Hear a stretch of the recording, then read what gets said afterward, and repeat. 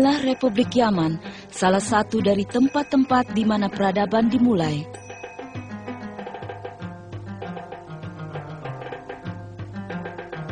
Yaman adalah kota paling selatan di semenanjung Arab.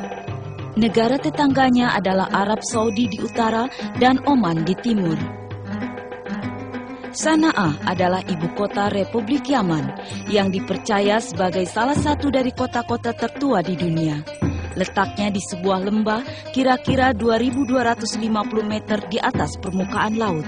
Republik Yaman yang baru meliputi wilayah seluas lebih dari 200 juta meter persegi.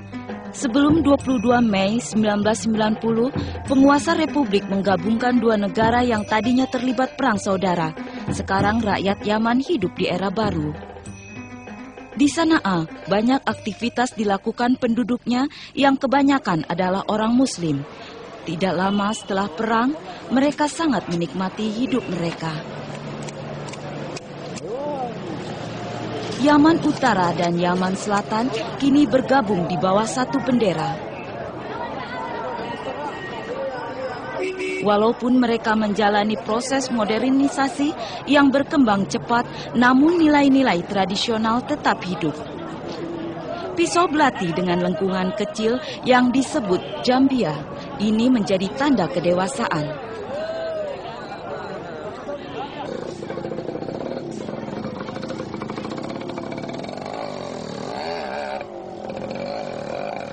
Kebanyakan penduduk Sanaa berasal dari Turki. Mereka tinggal di tempat pemukiman dekat dengan pasar yang disebut Suk Al-Mil.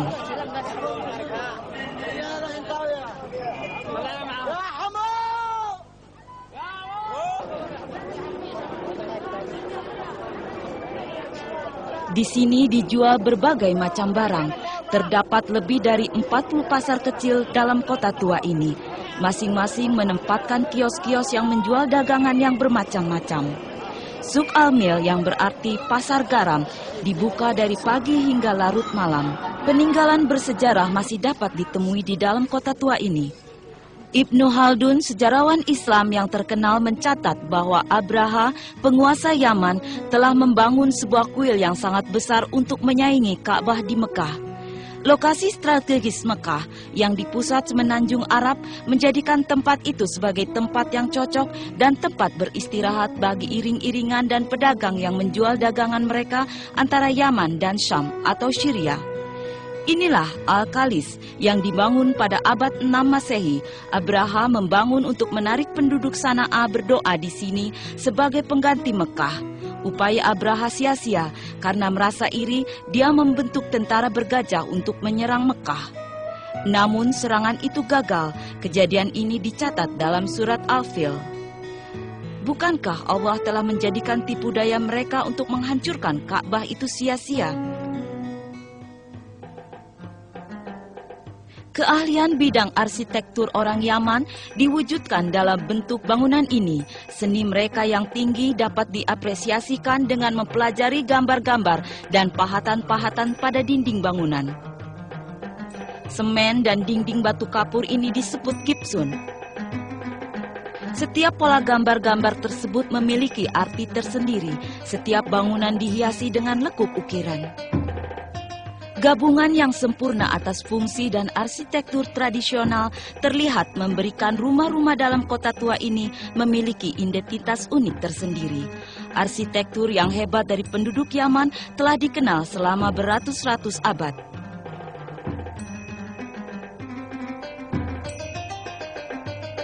Generasi baru Yaman menyadari kebesaran peradaban mereka di masa lalu. Mereka mulai menghargai dan melindungi nilai-nilai tradisi Islam.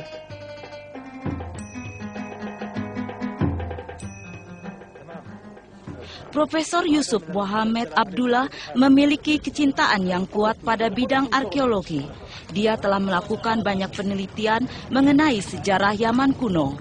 Lulusan Universitas Amerika, Beirut, dia sekarang menjabat sebagai Direktur Museum Manuskrip dan Benda-Benda Antik.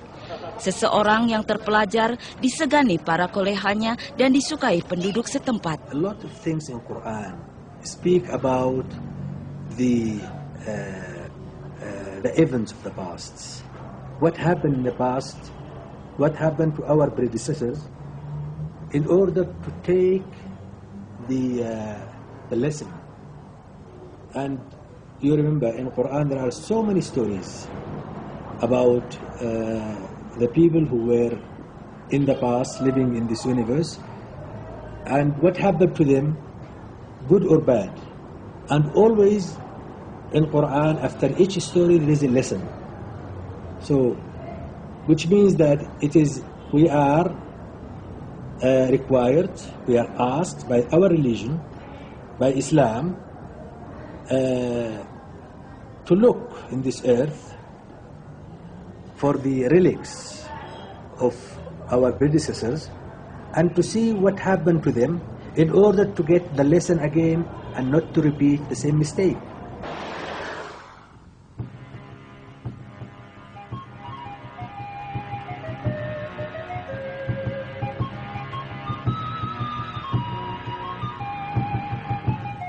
Pria ini adalah Muhammad Handal.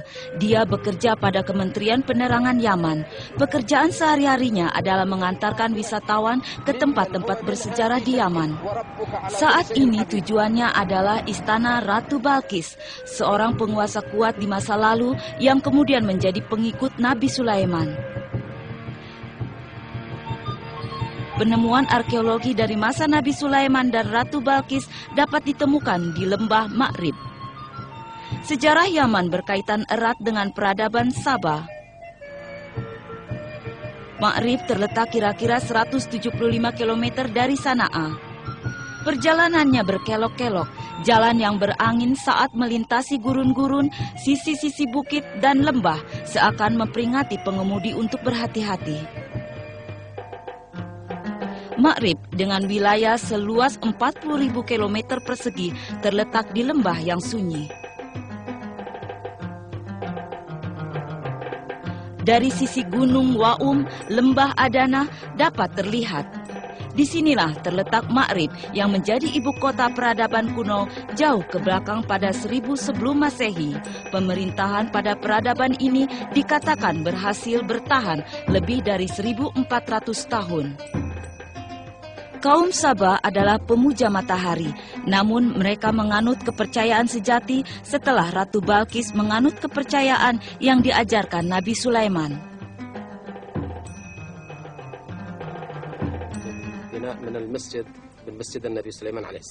Ini adalah sisa-sisa Masjid Nabi Sulaiman saat ini.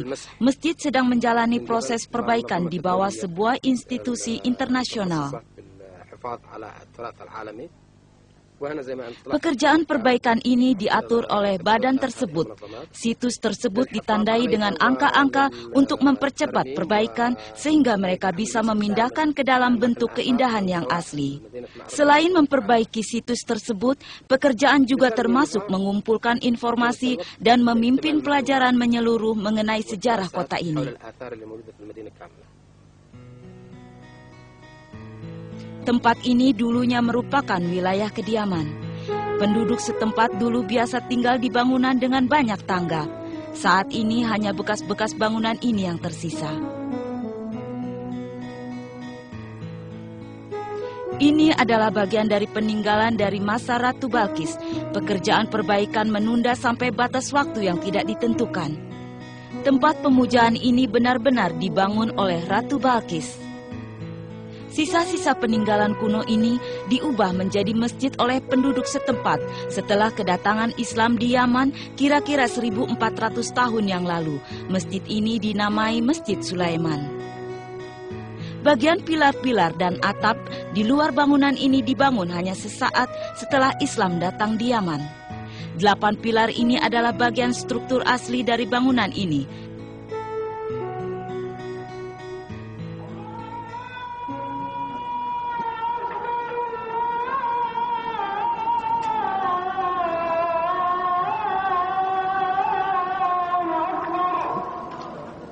Seperti tempat-tempat lain di Yaman, kebanyakan penduduk Ma'rib adalah Muslim. Azan, panggilan untuk sholat, terdengar dari menara masjid untuk memanggil kaum Muslim untuk mengerjakan sholat Jumat.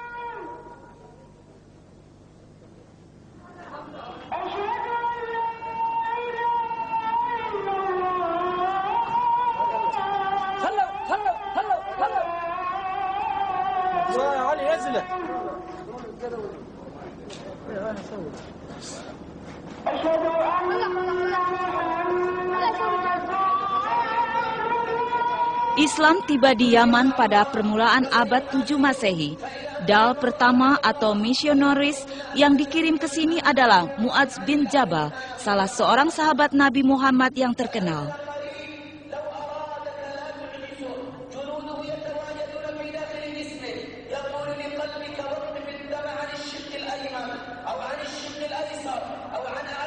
Pemandangan seperti ini adalah hal yang biasa di masa modern seperti sekarang di Yaman.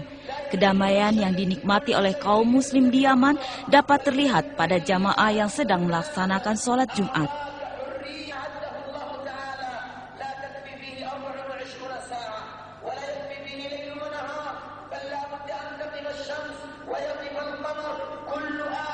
Konsep tauhid, konsep keesaan telah menyatukan masyarakat di Yaman. Kaum muslim adalah bersaudara. Walaupun pernah ada pertumpahan darah di antara mereka akibat perbedaan ideologi, semua itu sekarang tinggal sejarah.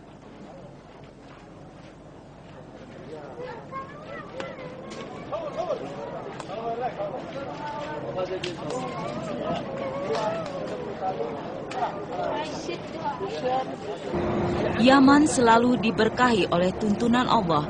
Berdasarkan kronik-kronik sejarah, tanah ini telah dihadiahi dengan beberapa nabi dan rasul. Berabad-abad lalu, nabi-nabi seperti Hud, Soleh, dan Sulaiman bangkit untuk berkhutbah tentang kebenaran sejati dan memerangi kaum Mustajilah di Askab dan Sabah. Keduanya terletak di Yaman pada saat ini. Arash Balkis atau Singgasana Balkis adalah peninggalan bersejarah yang tiada ternilai. Balkis adalah ratu kaum Sabah yang terkenal. Menurut para arkeolog, singgasana, kuil, dan rumah makam adalah 3 elemen penting bagi setiap bentuk peradaban kuno manapun. Singgasana mencerminkan kekuatan penguasa. Kuil menggambarkan kewenangan spiritual penguasa, sementara rumah makam adalah simbol kehidupan abadi setelah kematian.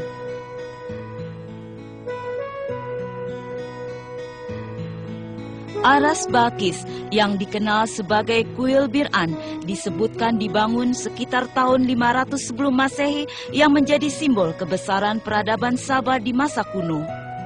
UNESCO, sebuah badan internasional, telah berinisiatif untuk melestarikan peninggalan bersejarah yang sangat berharga ini.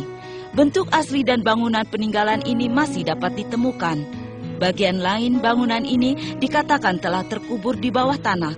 Saat ini tempat itu sedang dalam perbaikan secara menyeluruh.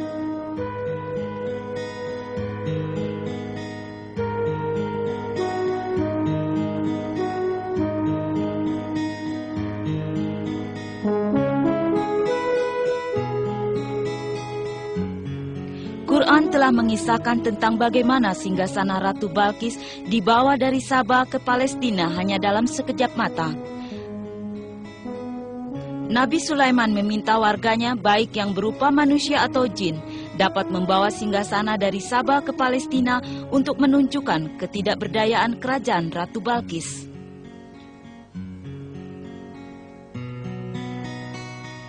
Quran menceritakan tentang peristiwanya tersebut. Sulaiman berkata, "Hai pembesar-pembesar, siapakah di antara kalian yang sanggup membawa singgasananya kepadaku sebelum mereka datang sebagai orang yang berserah diri?"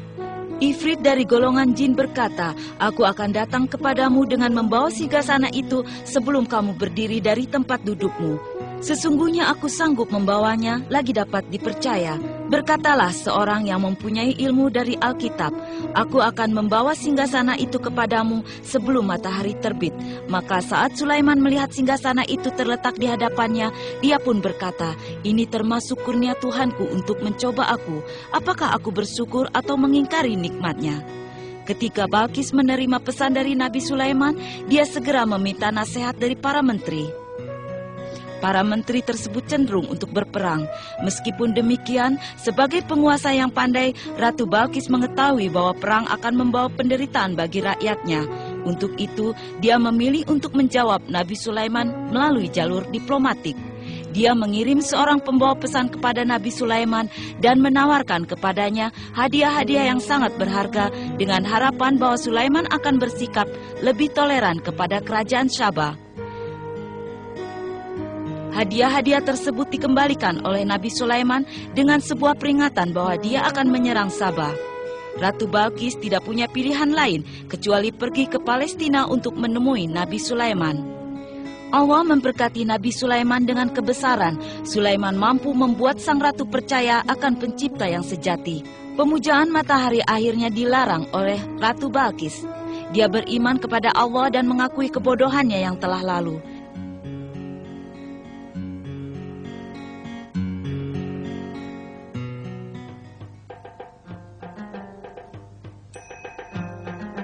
Kira-kira 1 kilometer dari singgasana Balkis adalah kuil matahari, yang juga dikenal sebagai mahram Balkis.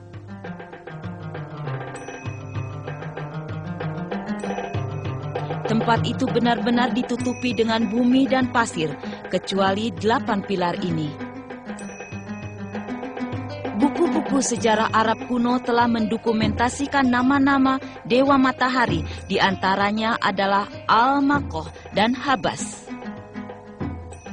Surat An-Naml ayat 23 dan 24 menceritakan tentang burung hudhud yang memata-matai Sabah dan mengawali upaya Nabi Sulaiman untuk menyebarkan pesan tauhid percaya pada satu Tuhan. Burung hudhud berkata, "Sesungguhnya aku menjumpai seorang wanita memerintahkan akan mereka, dan dia dianugerahi segala sesuatu serta mempunyai singgasana yang besar. Aku mendapati dia dan kaumnya menyembah matahari selain Allah, dan setan telah menjadikan mereka memandang indah perbuatan-perbuatan mereka, lalu menghalangi mereka dari jalan Allah sehingga mereka tidak dapat petunjuk."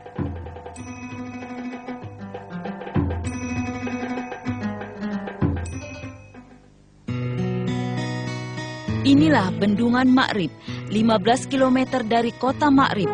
Menurut para sejarawan, bendungan ini dibangun pada abad 8 sebelum Masehi. Bendungan ini dipercaya sebagai bendungan yang disebut dalam Quran. Quran menggambarkan bahwa rakyat Sabah adalah orang yang diberkati dengan hasil pertanian yang subur. Namun kehidupan makmur itu membuat mereka melupakan Tuhan. Sebagai balasannya, Allah mengirimkan banjir besar sebagai hukuman. Sejarawan percaya bahwa banjir telah merusak bagian penting tembok bendungan. Bagian besar dari bendungan itu telah rusak. Yang tersisa adalah 2 bagian penting yang berjarak 1.500 km antara satu dengan yang lain. Beberapa orang sejarawan berpendapat bahwa penguasa yang bertanggung jawab atas bangunan bendungan adalah Sabah bin Yashik bin Ya'rib bin Katan.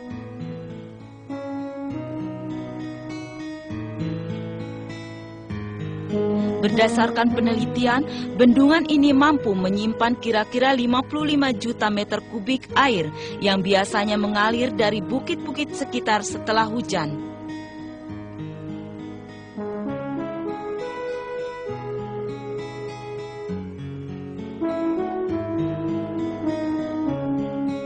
Batu-batu ini dibor, dipahat, dan ditimbun dengan kuat untuk membangun bendungan. Batu-batu itu dipercaya bukanlah batu asli dari wilayah ini.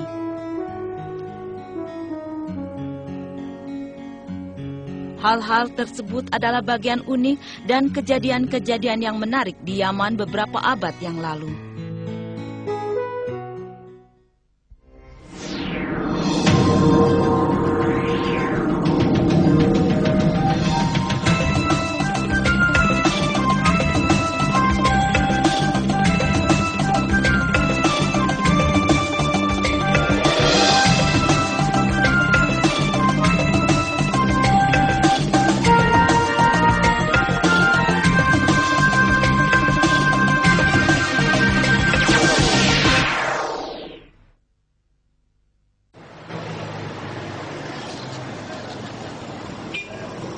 Inilah Syaiun, kota terbesar di lembah Hadramaut, adalah pusat perdagangan teramai di lembah subur di Yaman. Letak kota ini berjarak 50 km di sebelah barat Sana'a, ibu kota Yaman. Kira-kira 3.000 orang menetap di kota yang berlokasi di timur Yaman ini.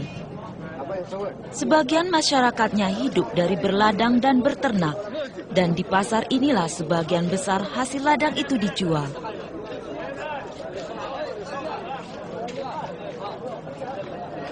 Madu adalah produk yang sudah dikenal baik yang dijual di sini.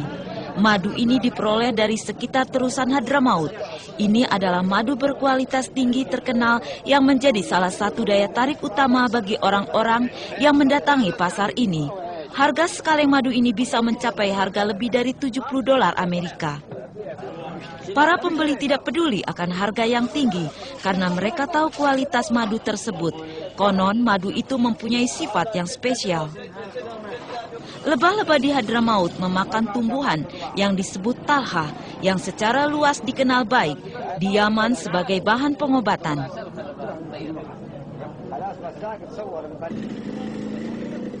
Namun demikian, madu bukanlah hasil utama kota ini. Sebagian besar petani menanam sayur mayur, buah-buahan, dan biji-bijian seperti kacang tanah, gandum, dan wijen. Tidak mengherankan bila tanah subur ini juga dikenal sebagai kota dengan berjuta pohon palem.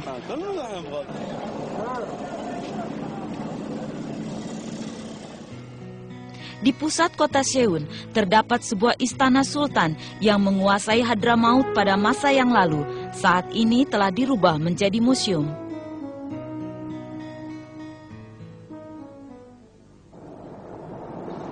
Hadramaut adalah terusan terbesar di semenanjung Arab. Panjangnya kira-kira 160 km dari sisi barat ke timur.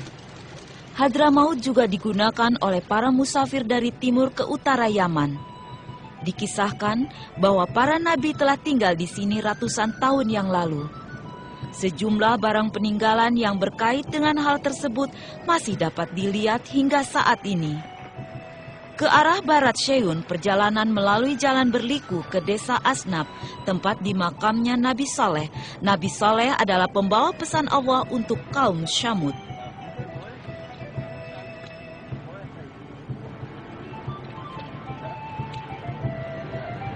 Perjalanan dengan melalui jalan seperti ini, 50 km perjalanan dari Seun memakan waktu lebih lama dari yang diperkirakan sebelumnya. Menurut catatan sejarah, Nabi Saleh bin Ubaid bin Syamud bin Sam bin Nuh dikirim untuk kaum Syamud. Suku bangsa ini telah tinggal di tempat yang disebut Hijr. Nabi Saleh dikirimkan untuk umatnya tidak lama setelah Nabi Hud dikirim untuk kaum Ad.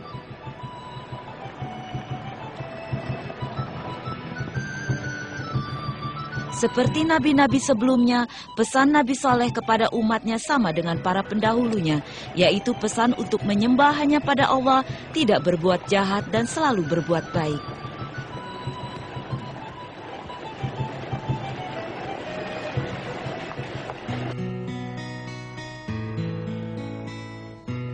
Inilah Ashab, desa di mana Nabi Saleh tinggal dalam waktu yang tidak lama. Omar Amir adalah petani. Dia tinggal di Wadi Sar, sebuah tempat dekat Ashab. Usianya 25 tahun, meski tampak lebih tua dari orang seusianya. Seperti penduduk setempat lainnya, dia secara rutin mengunjungi makam Nabi Saleh alaihissalam dan sholat di masjid terdekat. Para nabi dihormati karena kedudukan mereka yang tinggi di sisi Tuhan. Inilah salah satu alasan mengapa makam ini sering dikunjungi dan terawat baik. Menurut Omar Amir, atap yang dibangun untuk menutup makam Nabi Saleh tidak bertahan lama, hanya beberapa bulan atap itu rubuh. Makam ini panjangnya 25 meter dan lebar 2 meter. Dengan ukuran yang luar biasa, makam ini masih menyimpan misteri. Nabi Saleh dikirim untuk kaum Syamud. Bangsa Syamud hidup damai dan makmur. Sayang kehidupan mewah itu membuat mereka melupakan Tuhan. Mereka juga tidak mengikuti ajaran Nabi Saleh.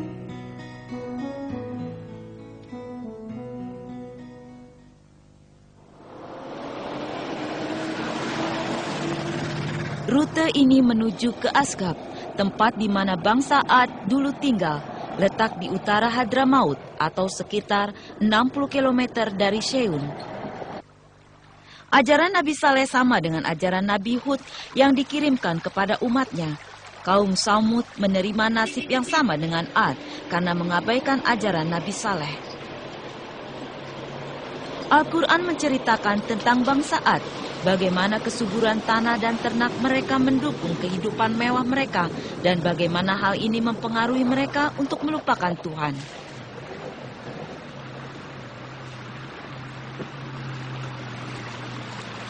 Sejarah berulang lagi, bangsa Samud menjadi sombong, seperti kaum Ad.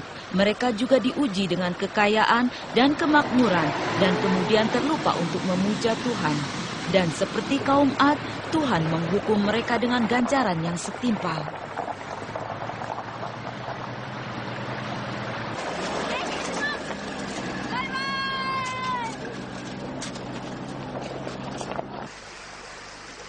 Al-Quran juga menceritakan bahwa dengan kebesaran Allah, Nabi Saleh bisa membuat unta betina muncul dari batu besar setelah memukul batu tersebut dengan tongkatnya.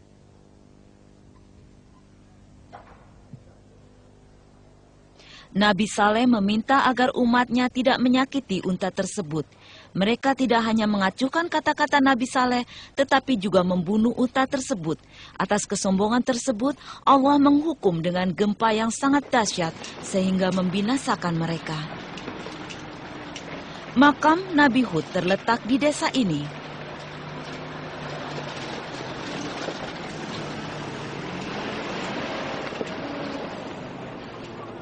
Sebuah masjid dibangun di sisi makamnya.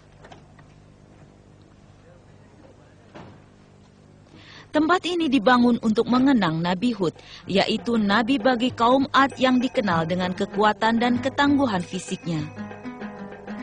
Dulu Asgab dikaruniai sumber mata air yang membuat tanah di sekitarnya menjadi subur, pertanian tumbuh subur dan ternak menjadi sehat dan gemuk. Penduduk setempat percaya bahwa batu besar ini telah ada sejak ribuan tahun yang lalu. Mereka percaya bahwa Nabi Saleh pernah mengikatkan untanya di batu ini. Batu besar di sisi masjid ini diperkirakan berasal dari pegunungan di dekatnya. Batu itu menjadi bagian dari tembok-tembok masjid. Allah berfirman dalam surat Al-Ahqaf ayat 21, "Dan ingatlah saudara kaum Ad, yaitu ketika memberi peringatan kepada kaumnya di Al-Ahqaf, dan sesungguhnya telah terdahulu beberapa orang memberi peringatan sebelumnya dan sesudahnya dengan mengatakan, janganlah kamu menyembah selain Allah, sesungguhnya aku khawatir kamu akan ditimpa azab di hari yang besar." Kaum Ad mengabaikan peringatan Nabi Hud. Dengan sombong mereka menantang Nabi Hud untuk membuktikan ancaman azab tersebut. Atap bangunan ini memberikan perlindungan bagi makam Nabi yang secara rutin dikunjungi orang-orang Yaman, khususnya selama bulan Sya'ban. Tragedi yang menimpa orang Ahqaf ratusan tahun yang lalu memberi pelajaran bagi orang Muslim sampai saat ini.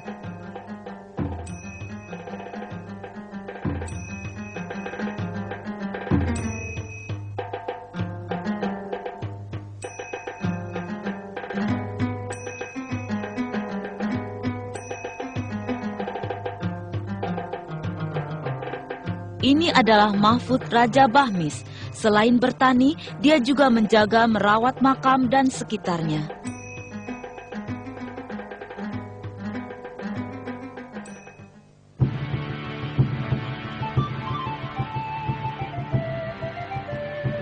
Allah menghukum kaum Ad dengan menurunkan hujan yang sangat deras. Dalam Al-Quran Allah berfirman, "Maka jadilah mereka tak ada lagi yang tersisa, kecuali bekas-bekas tempat tinggal mereka."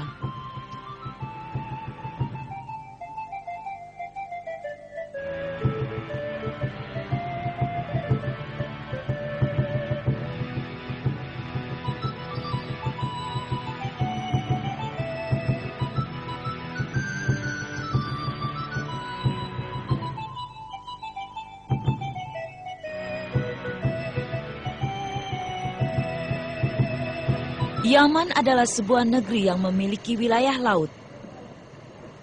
Sebagian penduduk di Al-Muqalla adalah nelayan.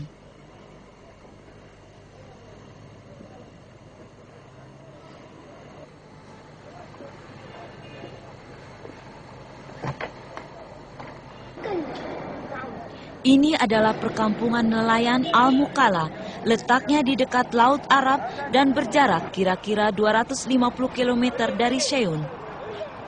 Kota ini juga merupakan persinggahan bagi para pelintas yang akan menuju Aden di sebelah barat Al-Muqalla. Beginilah pemandangan sehari-hari di sana. Warga kota hidup dengan kesederhanaannya.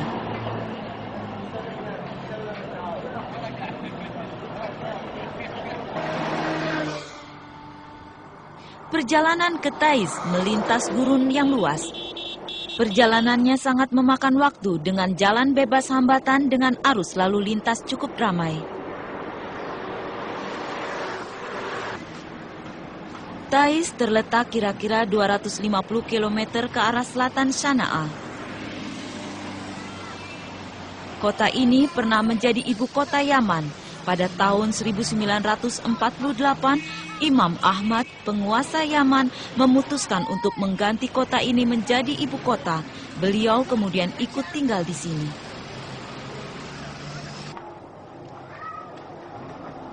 Masyarakat kota ini umumnya sangat ramah, walaupun standar hidup mereka sangat rendah, setiap usaha selalu berkembang.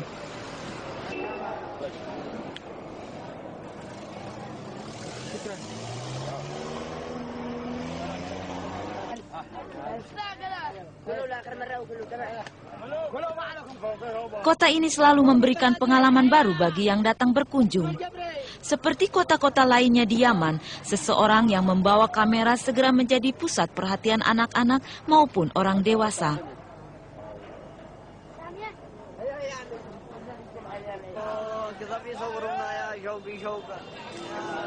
Buah-buahan yang baru dipetik juga dijual di sini dengan harga sangat murah.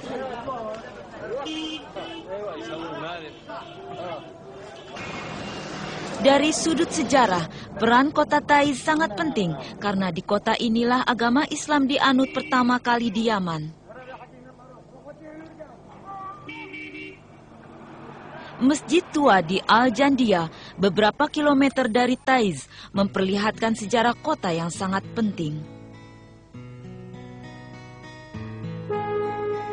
Ini adalah Masjid Muaz bin Jabal, yaitu masjid tertua di Yaman. Masjid ini terletak kira-kira 6 km ke arah utara kota Taiz. Menurut sejarawan, ini adalah masjid pertama yang dibangun di luar kota Madinah. Masjid ini dulu mempunyai bentuk yang tidak beraturan, dengan bata yang disusun sekadarnya. Namun demikian, masjid ini dibangun sebagaimana Islam membangun tempat ini.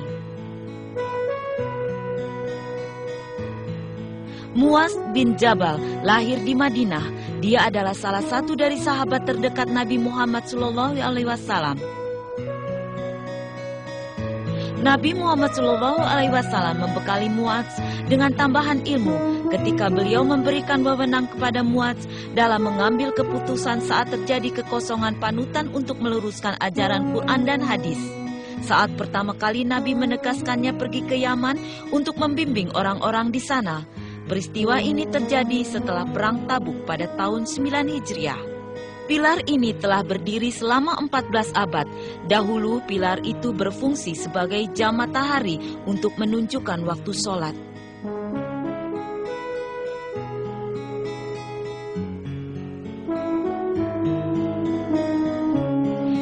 Adalah bak penampung air yang sudah tidak terpakai lagi.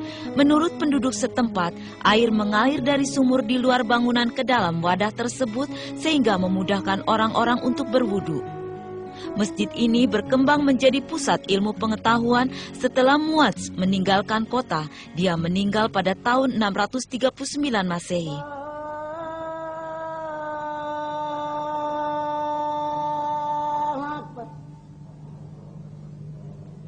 Allahu Akbar, Allahu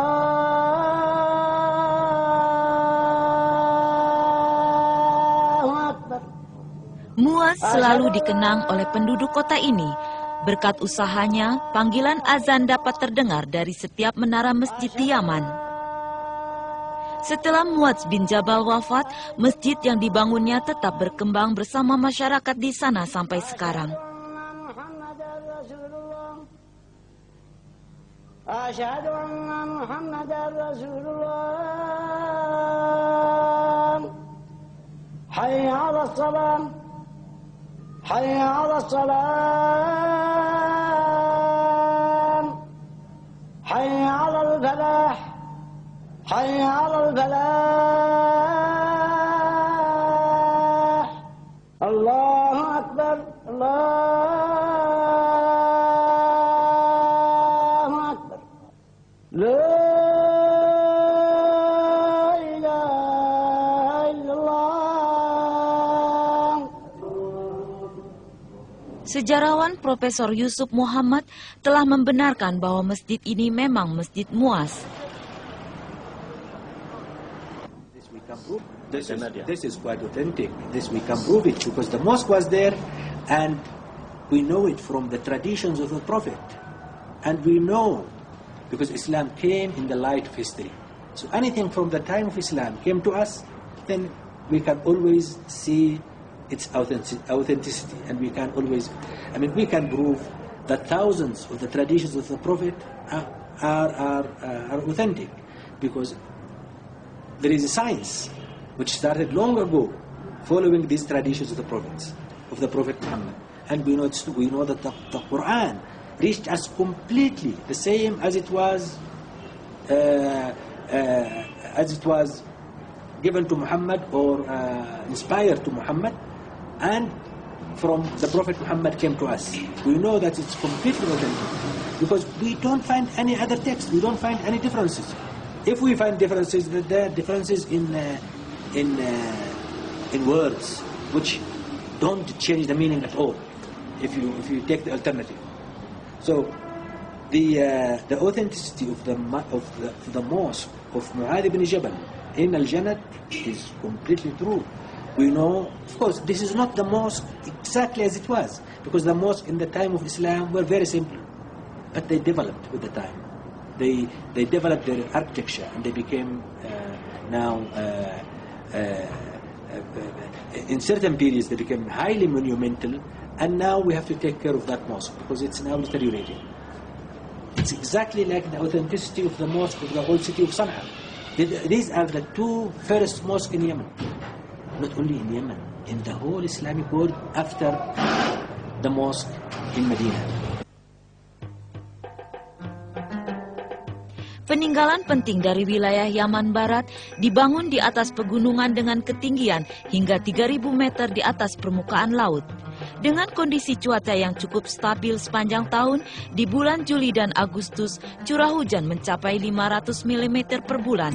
Ini sangat ideal untuk pertumbuhan dan kesuburan pertanian. Wilayah di sekitar sini yang bergunung-gunung tidak membuat orang khawatir untuk membangun rumah mereka di tempat-tempat yang tinggi dan curam. Sejak dulu orang-orang Yaman dikaruniai Allah dengan keahlian khusus menambang batu-batu gunung dan memotong batu tersebut untuk membangun rumah mereka. Inilah keahlian khusus bangsa Samud. Allah berfirman dalam Quran, surat Al-Fajr ayat 9, dan orang-orang Samud yang membelah batu-batu besar di lembah. Keahlian ini menurun dari generasi ke generasi. Bongkahan-bongkahan granit ini dipotong menurut selera konsumen. Kegiatan bisnis batu ini biasanya dilakukan di kota karena permintaannya yang sangat tinggi.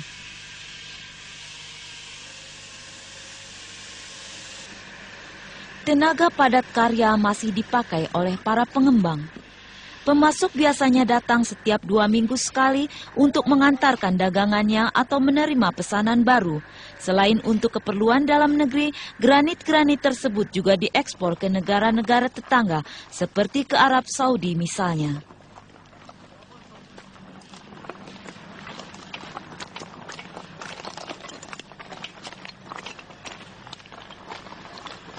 Setiap gunung menghasilkan granit dengan warna yang berbeda. Jadi, jika seseorang yang ingin mendirikan bangunan dengan 5 warna, dia harus mendapatkan bahannya dari 5 gunung yang berbeda.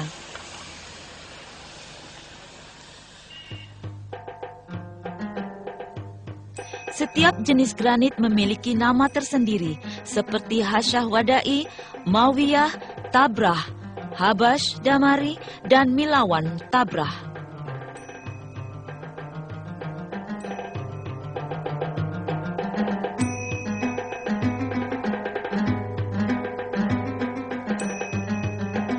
Demikianlah keahlian orang-orang Yaman yang diwarisi oleh nenek moyang mereka ribuan tahun yang lalu.